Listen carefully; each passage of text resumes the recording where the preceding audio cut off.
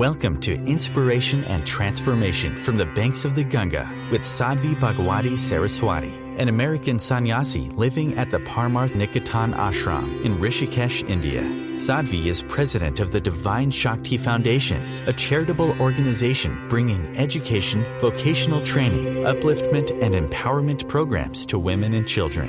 Sadhvi is also Secretary General of the Global Interfaith Wash Alliance and Director of the world-famous International Yoga Festival. Join the musings of an American sannyasi as Sadhvi shares the wisdom and teachings of her guru, His Holiness Pujya Swami Chidanand Saraswati Ji. Welcome, everyone, to Inspiration and Transformation from the holy banks of the sacred Ganga River in the land of Rishikesh, India. So distraction is a very interesting disease, because these days, of course, there's an infinite number of things to distract us. Everywhere you turn, every minute, every moment, there's something, whether it's in the outer material world, shop windows, stores, neon lights, billboards, whatnot, or whether it's our own device, beeping, blipping, shining, ringing, blinging, doing whatever it's doing, constantly. Every new app that you think is going to make life so much easier becomes yet another thing that's blinking and ringing and blinging and distracting you. And yet, interestingly, in the scriptures and the teachings from thousands of years ago, they were already talking about not getting distracted, about staying focused, about keeping the mind on track. So while all of these distractions of today have just given us new ways to get distracted, we can't blame distraction on our modern world. It's actually a product of the mind. But here's the thing. When something really matters to you, you automatically stay focused on it. How many people here have ever been in love? Raise your hand if you've ever been in love. Okay? So take your mind back to the early days, especially of when you're in love. How frequently would you say you remember to think about the beloved? How many times a day do you think you remember to think about the beloved? All the time, right? Literally, constantly. You're doing your work, but you're thinking about the beloved. You're driving your car, you're thinking about the beloved. You're having your food, you're cooking your food, you're thinking about the beloved. You're bathing, thinking about the beloved. Going to sleep, thinking about the beloved. Waking up, thinking about the beloved. You don't need to remind yourself, oh yeah, I should think about this person I love. It's automatic. Similarly, if, God forbid, you or a loved one got a terminal diagnosis, or was in a horrible accident, hanging on by a thread, again, do you have to remember to think about it? Suddenly, it's all you can think about. Again, you're working, you're driving, you're shopping, you're eating, you're cooking. But what is it that's running through all your thoughts? That diagnosis, that illness, that accident, that fear, what to do. Some magic cure somewhere, some prayer, something. So when something is really important to us, we actually don't get distracted. There's a great story of a a student at a monastery. And he says to the head monk one day, he says, I'm meditating, but I find that you say to watch our breath, but I find that I get very distracted. My mind wanders a lot. I know I'm supposed to connect to God. I want to connect to God, but my mind wanders. So the monk says, come here. Takes him outside to the river. Takes him into the river with him. And holds the guy's head underwater in the river. So at first, the student thinks, some form of blessing, some new, unusual type of baptism ceremony. But then the guru's not letting up. And the student's thrashing around, thinks he's going to drown. Finally, at the very last moment, before he literally dies, the guru pulls him up out of the water, and the guy is... The guru says, what were you thinking about down there? The guy says, I was thinking about my breath. I was thinking about taking a breath. I was thinking about living. So the guru says, did your mind wander? He says, of course my mind didn't wander. I was going to die. And the guru says, when you want God, like you wanted a breath, your mind won't wander.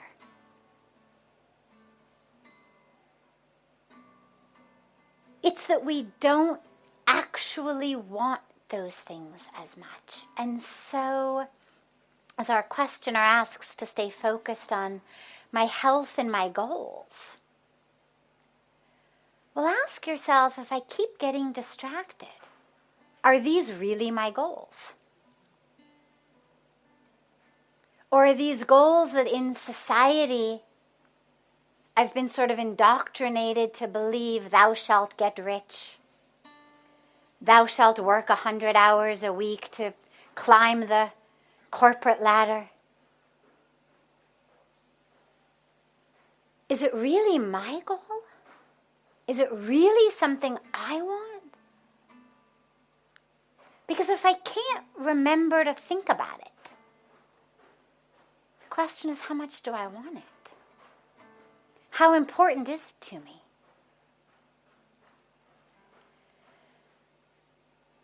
Now, that's different than discipline. And there's two aspects to this. The first is you have to really want it. Discipline only works well when it's helping you achieve something you really want. Otherwise, we end up losing content for form. We end up losing spirit for law. So it becomes discipline to get up early every day and go for a run. Well, if the truth is, I don't actually really care about my health, and after my run, I come in and eat a big bowl of Fruit Loops, smoke a cigarette, or 10, and then on my way to the office, I pick up a big bag of, donuts. The insistence, the discipline on setting my alarm to get up every day to go for a run that I have no interest in doing just because someone told me or I read somewhere, you should get up early and exercise. It's not actually taking you to the spirit, in this case even of health.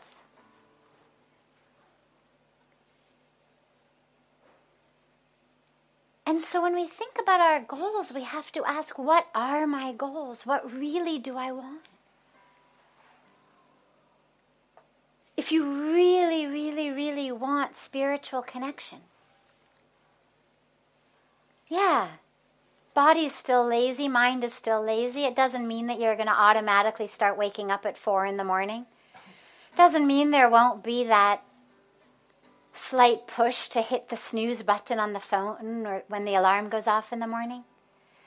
But there's also going to be a whole other river of energy that knows you're fulfilling a goal. Like, for example, why is it that we can all wake up on time to catch a flight but not to meditate? If I said, raise your hand if you've ever missed a flight because you overslept, my guess is probably a couple, but very few. But then if I said, raise your hand if you've ever missed your morning meditation because you overslept, right? So it's not that we can't get up. We can. It's that for some ridiculous reason, our mind is convinced that that on the other end of the airplane ride is actually of more benefit and importance to us than that on the other end of the meditation. And what that means is that the solution is not about the type of phone. I mean, I remember when I was in college, before we had mobile phones with alarms, but we had alarm clocks, of course, and I had to put my alarm clock way across the room in the other corner, such that in order to turn it off, I had to actually get out of bed and walk across the room. Otherwise, there was no way I would get up. So you play these little tricks, but much more effective than that with regard to spiritual goals, other than just kids in school, is help yourself realize why that goal is so important. And if it's not important to you, don't set the alarm. Sleep in. When it matters to you, you'll start doing it.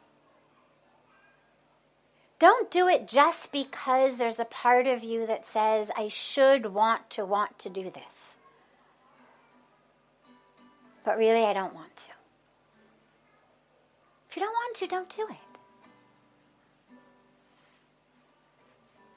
You know, I always say grace doesn't discriminate. And grace is there whether you get up in the morning to meditate or not. Grace doesn't say, all right, you got up, but you hit the snooze button. Grace doesn't discriminate. Grace doesn't care if you followed your timetable or didn't follow your timetable or paid your taxes or didn't pay your taxes. Grace is there for all. We get up to meditate because there is something we want that we experience through that meditation. Because it serves us, it benefits us. It gives us an experience, an awareness of the truth of who we are. And so not only is that ecstatic and beautiful in the meditation, but it completely changes how we think about who we are as we move through the world. It completely changes how we think about the world. And so that's why you get up. But if that's not yet one of your goals, that's okay. You still deserve grace. You're still a good, beautiful, divine, full, whole being. You just may have a slightly bit more difficult time knowing that. Because one of the things that meditation does is it helps us know that. But it's not that it makes us that. Puja Swamiji, my guru, always says, sadhana doesn't bring God. It's not that you meditate enough and suddenly God appears. You meditate enough and suddenly you can see that God has always been there. The sadhana is what cleans our windows and enables us to see. It's not that it brings the light, it just enables us to see it. And so ask yourself, really, what are my goals? And make sure that they really resonate in you, that they're not just goals that you have because someone posted it on Facebook that day and you thought, oh yeah, those sound like good goals, or, because someone told you you should want these things, or because in some indoctrinated part of your brain you think that those are the right things to want, that you'd be a better person if you wanted those. Really ask yourself, what are my goals? And take it as deep as you can. So for example, if someone comes and they say, my highest goal is to become CEO of a company. Okay, nothing wrong with that. But then you go deeper and you say, well, all right, why is that your goal? Say, done. Let's pretend I've got a magic wand. And I could say with my magic wand, okay, done, you're CEO, then what? And then they say, well, then I'll have the power to do whatever I want. Okay. Magic wand, there, yes. Now you've got the power to do whatever you want. Then what? Well, then I'll be able to make my own choices, my own decisions. Done, yes, you have that. Then what? Well, then I'll be happy. Then I'll really be happy. Why will you be happy? Just because you can make your own decisions. Because I'll be free. Aha. So see, now we've come actually to the goal. It hasn't required me to say, maybe being CEO isn't necessarily your highest goal. It just requires to ask the right questions and take things deeper. Because most of what we think we want because of what we think it will bring us. So it's not actually that thing we think we want. Ask most people, why are you so focused on looking beautiful or looking handsome? Why do you spend so much money on, cosmetics or cosmetic surgery or fashionable clothes or whatever it may be? And what you hear mostly is, then I will feel beautiful. Then I will feel handsome. Then I will feel attractive. Then I will feel wanted, lovable, desirable, worthy. So again, it's not the physical beauty per se that we're actually dying for. It's that experience of feeling loved, of feeling lovable, of feeling worthy. And so when you're making your list of goals, there's no right goal or wrong goal, but take it deep. Whatever goal you put on your list, ask yourself, okay, and then what? What am I looking for through this? So that then you can really know, what is it you really want? Because otherwise you run around getting this job or this title or this acclaim or this clothes. And again, there's nothing wrong with those things. The only problem is when we're looking for something in them that doesn't exist there. Because my worthiness certainly doesn't exist in a tube of cream. It certainly doesn't exist in the right haircut or the right brand of clothes. My lovability doesn't exist in a tube of cream? And so again, the tube's not the enemy. No problem there. Buy them, use them, no problem. But when you're looking at goals, acknowledge what is it I'm really looking for, because until you know what you're really looking for, you'll never find it, because you look in the wrong direction. It's like that great story of the woman who's on the road in the night. She's like this on the road, right? And the wise man walks by and he says, "Mother, can I help you? What are you looking for?" "Oh," she says, "I've lost my key." He gets on the ground, he helps her look. After some time and no luck, he says, "Where did you lose your key?" "Oh," she says, "I left it back in the house." He says, "Then why in the world are you searching in the road for it?" She says, "Because see, in the house it's dark, I don't have any lights. And here there's this great bright street light, and so I thought, let me come out and search where it's light." So he says, "Go back in the house. May be dark, may take you a little while, but an army couldn't find your key out here." And this is what we do in our lives. We're looking for something outside in the light, in the glitter, in the glamour that actually exists inside. That experience of enoughness, that experience of wholeness, of fullness, of love, of grace, of divine presence. And so the problem isn't the outside world. A lot of people then jump to the opposite conclusion and think, oh, well, therefore, you should not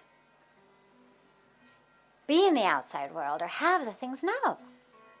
If the woman were in the road taking a beautiful walk in the moonlight, wonderful. The road wasn't the problem. The problem was that she was looking for something that didn't exist.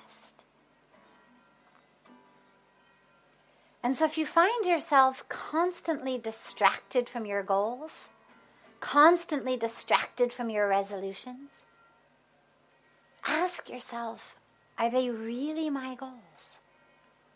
And if so, let's take it deep. What am I really looking for?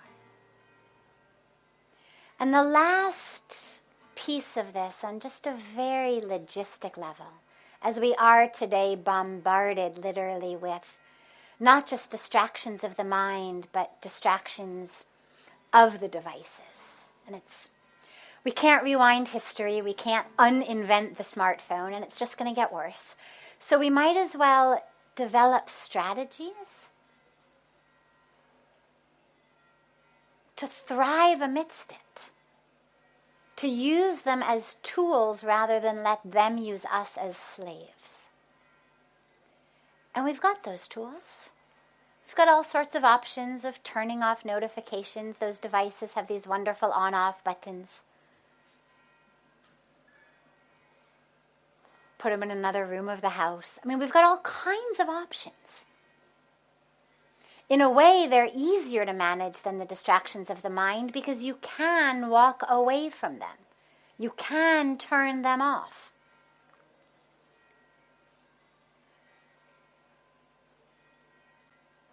But a lot of us have just sort of given over our power to them. And this is where it's important, I feel, for us to kind of collectively take that power back. And again, there's no right or wrong way of doing it. People have different responsibilities, different family members, different things. But just make sure that the time you're spending on it is time that you want to be spending on it. That you're getting good work done, or you're in communication with someone you want to be in communication with. Just make sure that it's not stealing your time without your permission. That it's not distracting you without your permission. And if you find that it is, then just take the control back. It's much easier than your mind. It has an on-off switch. Turn it off. Turn off the notifications. Turn off whatever you need to turn off to get back that control. But that's the easy part.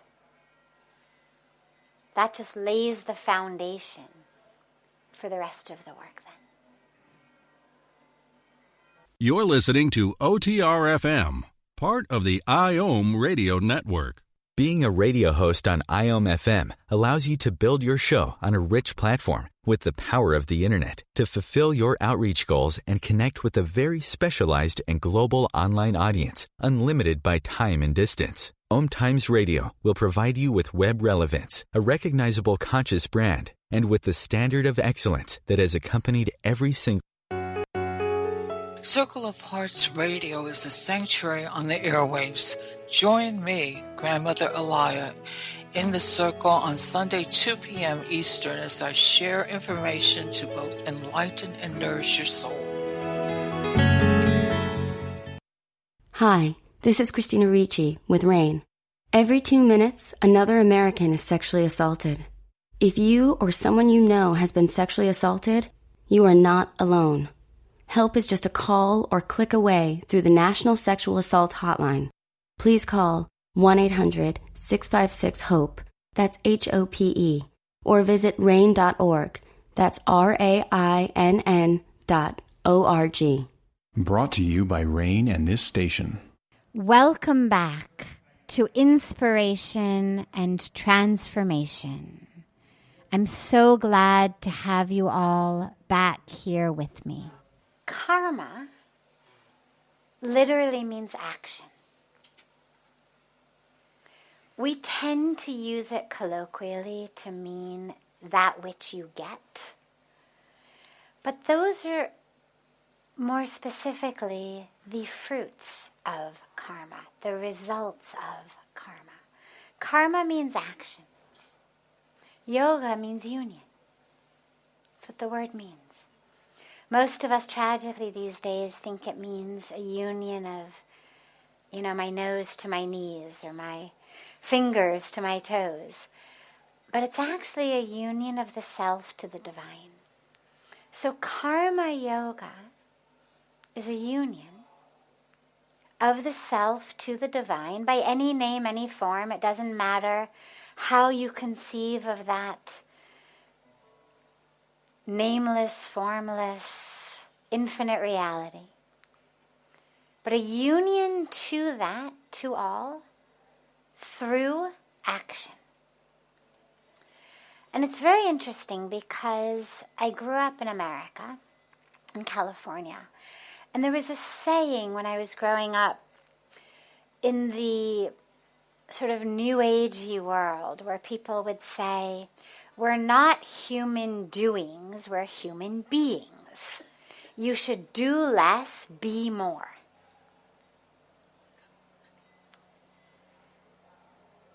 And I was young and impressionable, and I thought, okay, that sounds interesting.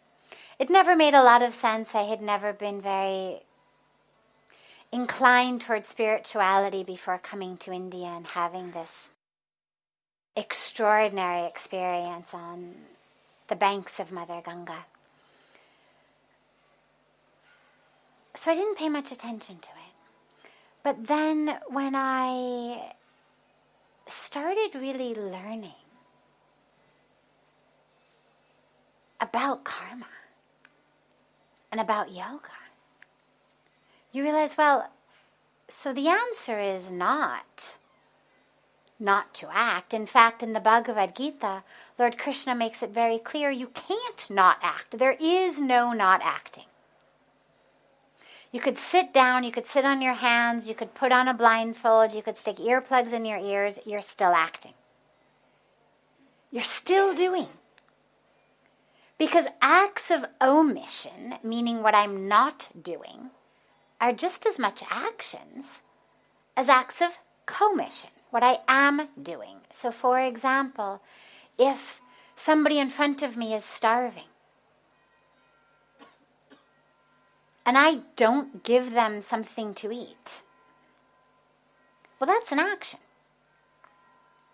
Most of us think giving them something is an action. Not giving them something is not an action, but it's also an action. It's not doing my duty. It's not fulfilling what I am supposed to fulfill in that moment, what I've been called to do in that moment. That is also an action. Not reaching down to help someone who has fallen is an action. And so Lord Krishna makes it very clear, you can't not act.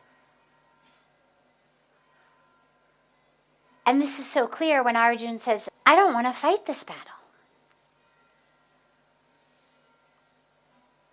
I'm going to just go off into the mountains.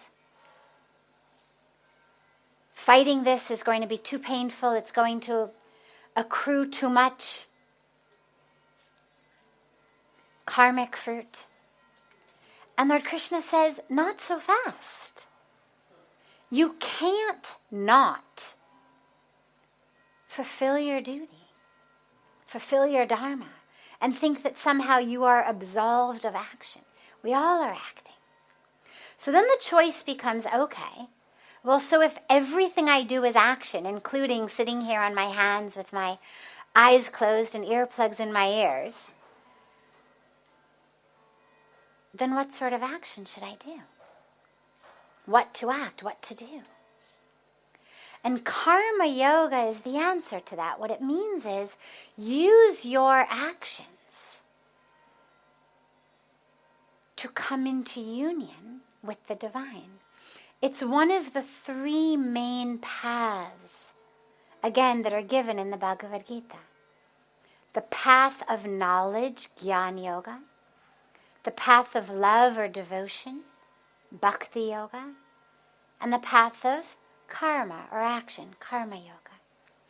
But while there are three different starting points, they all actually take you to the same place. Because the truth is, when you really love, you serve anyway. So even if you begin with bhakti, it turns into karma yoga. Think of someone you love. Anyone. Someone you really love. Don't you do things for them? Don't you sometimes wake up in the morning and make them breakfast in bed, or write them a poem or a song, or massage their feet? Something. Bring them a glass of water. It's an action out of love. So it may have begun with love, but the action is the most natural outcome of it. And this is true with all of them. So Gyan, karma, bhakti, this knowledge, action, love, they're just different ways into the same stream. But action is something that actually runs through it all, because engaging in a path of Jnana Yoga, a path of wisdom, well, that's also karma, that's also an action. To read is an action. To come to Satsang is an action. To listen to a lecture, that's Satsang. And that's karma. It's an action. To sit down to meditate, it's an action. So action is actually that which runs through it all. If I love God, I'm practicing bhakti yoga, and so I'm singing God's glories. Well, that's also an action. So karma yoga is very simply using our actions, using every minute, every moment of our life as a way to unite with God. It's also something that runs parallel to that, which is action rooted in unity. So remember, karma is action, yoga is union. So typically it's union through action. But it's also action rooted in unity. So that which I do that is rooted in my awareness of oneness is karma yoga. So it works both ways. Through the action you experience the union. And then once you've experienced the union, your actions are a reflection of that. And the beautiful thing is, anything can be karma yoga. Whatever you do, if you realize that you're doing it as a tool in God's hands, because of course this is then Lord Krishna's answer when Arjuna says, well then what to do? If I can't not act, what do I do about this cycle of karma? This cycle of birth and death? And Lord Krishna says, just surrender to me. Just be a tool in my hands. And so it becomes a path of, instead of thinking, what's in it for me? What am I going to get out of it? Instead of allowing it to be an action rooted in my ego or my fear or my indoctrination or what the next door neighbors are doing or what they're going to think. Instead of that, it's action rooted. In emptying myself of all of that so that I can be just a vehicle, a vessel for the divine will to flow. And then it's karma yoga. This is OTR-FM, part of the IOM radio network. OMTimes magazine is one of the leading online content providers of positivity, wellness, and personal empowerment. A philanthropic organization, their net proceeds are funneled to support worldwide charity initiatives via Humanity Healing International. Through their commitment to creating community and providing conscious content, they aspire to uplift humanity on a global scale. OMTimes, co-creating a more conscious lifestyle.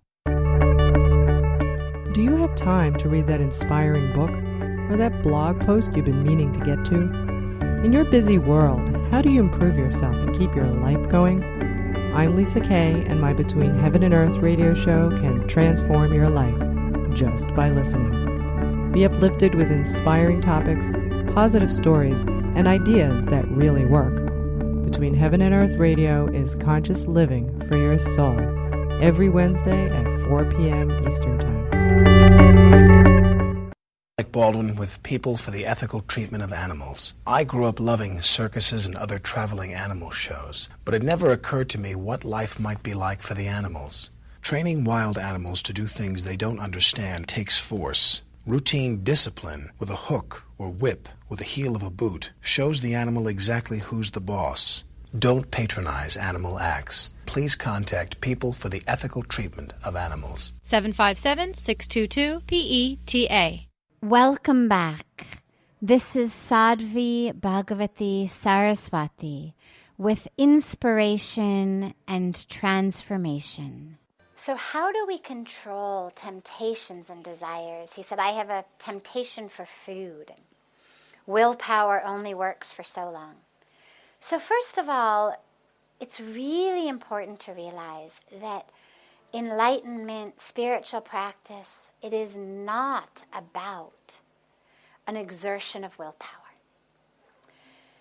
It's not about repressing and suppressing urges and desires and temptations. It's about actually becoming free of them. Now, there is always a little bit of time when you're laying a new habit that does feel like willpower. So if I'm making a habit to get up and meditate every day, absolutely, it requires willpower not to hit snooze and go back to sleep. But as I move through my path, it shouldn't feel like a path of perspiration It should feel more like a path of inspiration. So yeah, there's a little bit of perspiration. Got to get myself up in the morning. Do my meditation. Do my yoga. Come to satsang. Do my prayers. Whatever my path includes. But most of it really should be inspiration. Now, temptations and desires they're very illusory. Because what they say is, have me, I will make you happy. You need me. My favorite story of this is a friend of mine had a friend who every day on the way to work would stop by this pastry shop that was right at the bus stop where he would get off the bus on the way to work. And he loved pastries. And finally he decides he's going on a diet. And he says to my friend, I'm going on this diet.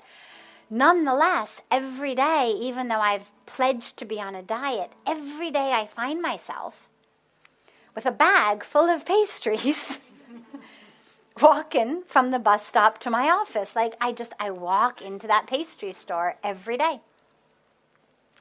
And so my friend says to him, well, have you thought about leaving your wallet at home? His friend says, what? You want me to steal them?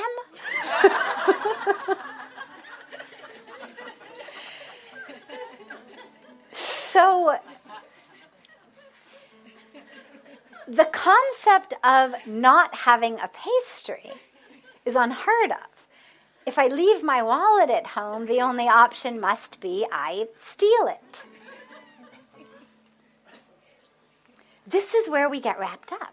It's literally the I have to have it. Oh, my wallet's at home. Okay, I guess that means I'm supposed to steal it. And that's the voice of temptation. But it lures you with a two-prong approach. It's like a two-hit punch. Punch number one is, you are not full. You are lacking. There is something lacking in you. And the second punch is, a jelly donut will fix it. Or pizza, or a new watch, or a 6-pack of beer, or an overnight stand, or a one-night stand, or a whatever it may be. It tells you, number one, you are lacking. And you've got to buy into that. Because if you don't buy into I'm lacking, then it can't land the second punch. If I've just had a full meal, and I am really a healthy meal, but I am full up to here, like I've just really eaten well, you could pass around a plate of laddus, and no matter how good they smell, I'm not going to be tempted because there literally isn't room. But if I'm hungry, it's lunchtime, I haven't had lunch, I had a light breakfast a long time ago, that plate of laddus is going to come in front of me, and even before I can smell them, I will have eaten them. That emptiness is the essential first criterion for giving into temptation. And so your first solution is realize that you're not lacking. There is nothing you need that food that you don't want to eat is going to give you. There's nothing empty in you that food is going to give you. The second prong is when the food says, or the item says, or the alcohol or drugs say, or the promiscuous sex says, I'm your answer. I'm going to give you what you want. And the solution to that is just clarity. How many times, how old are you? I'm sorry? 24. So how many times in your 24 years would you say you have eaten something that you didn't want to eat, but that nonetheless the temptation and the desire overcame you and so you ate it? A bazillion. Okay. How many zeros exactly is a bazillion? So, out of those bazillion times that you did it, 24 hours later, how many of those times did you actually feel better about yourself? You felt bad right after. So that would be what we could consider batting a 0. Not even one time was that promise fulfilled. Every time that food promised you, eat me, you will feel better. And a bazillion times out of a bazillion, you ate it and you felt worse. Clarity. It's like if someone says to you, lend me $5 today, I'll pay you back tomorrow.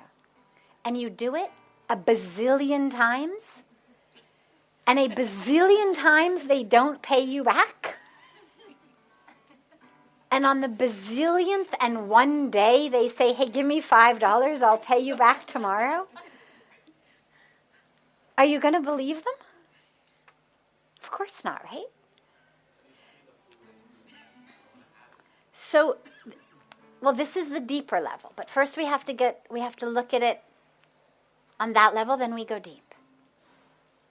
So, on the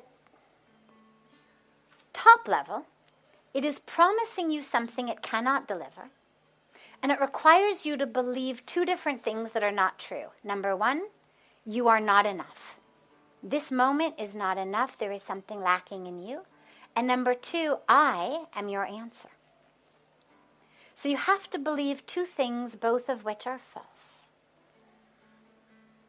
So clarity is the answer on that level. But then we go deep.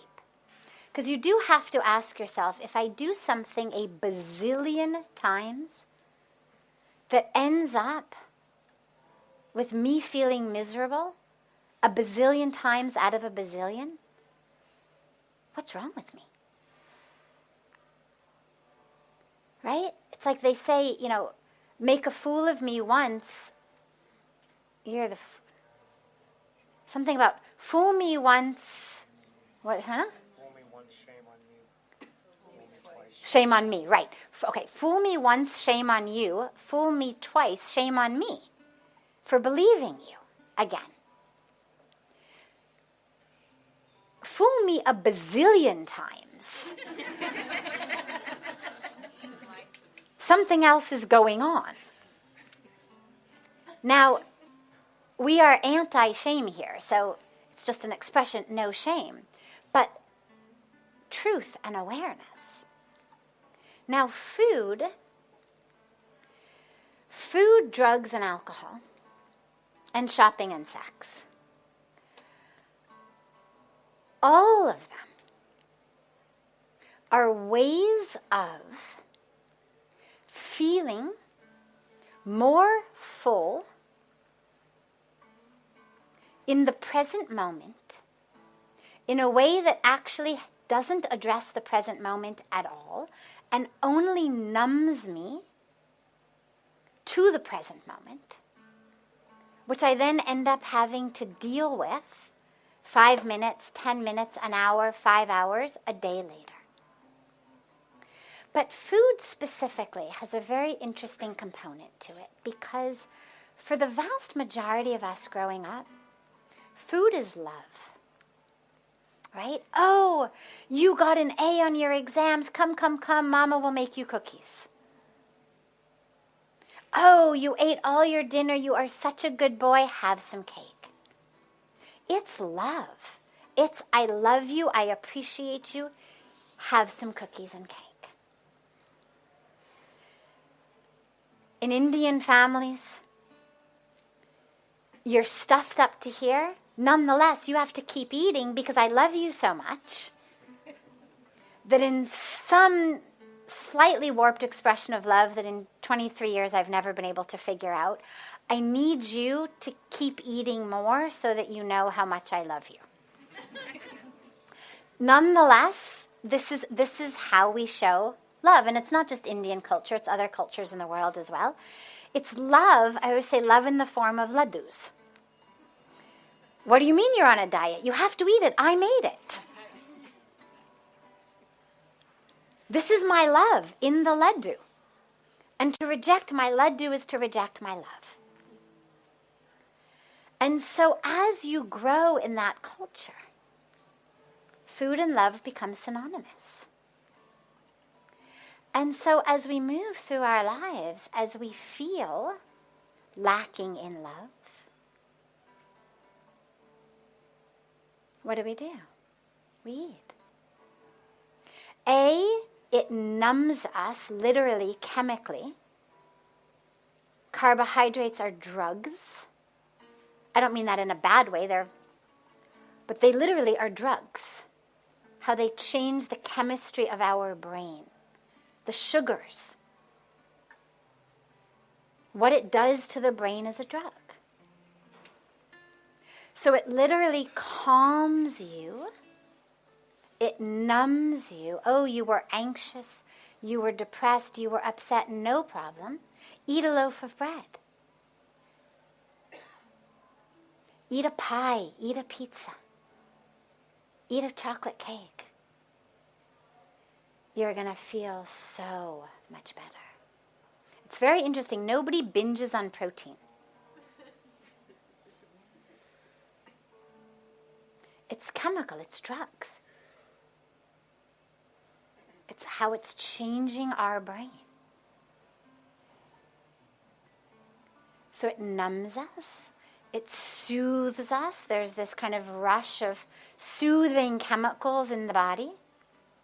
And it literally makes me feel full. I am now stuffed. Where I was empty, I am full. And it's love, because that's what Mom always told me. That's what Grandma always said. Recognize that love is important in life. Find love. And I don't mean romance. I mean find love in you that you can share with the world around you. Try to love everyone. Practice. Begin with people you already love. Love them more. Then start with people who you maybe really like but don't yet love. Try to find love in your heart for them. Love trees. Love birds. Love babies. Start easy with things that won't betray you or leave you or harm you or reject you. But find love. Experience love within you. Because when you do, when you really experience the presence of love within you, not love that's contingent upon what someone else says, but just as we manufacture anger, we manufacture love within us. Just like my anger that I have consciously decided to experience, well, love is also. I create it inside. We've got love manufacturing plants inside. It's not you give me love so I feel it. You're not injecting me with love. I turn it on inside. I may choose to do it because of you. Our relationship may have made me turn on my love manufacturing plant, but I do it. Turn it on. And surround yourself with people who love you. You don't need 100. 1, 2, it's enough. Even 1, it's enough. And if you don't have that, don't worry. Spend time with God. God loves you.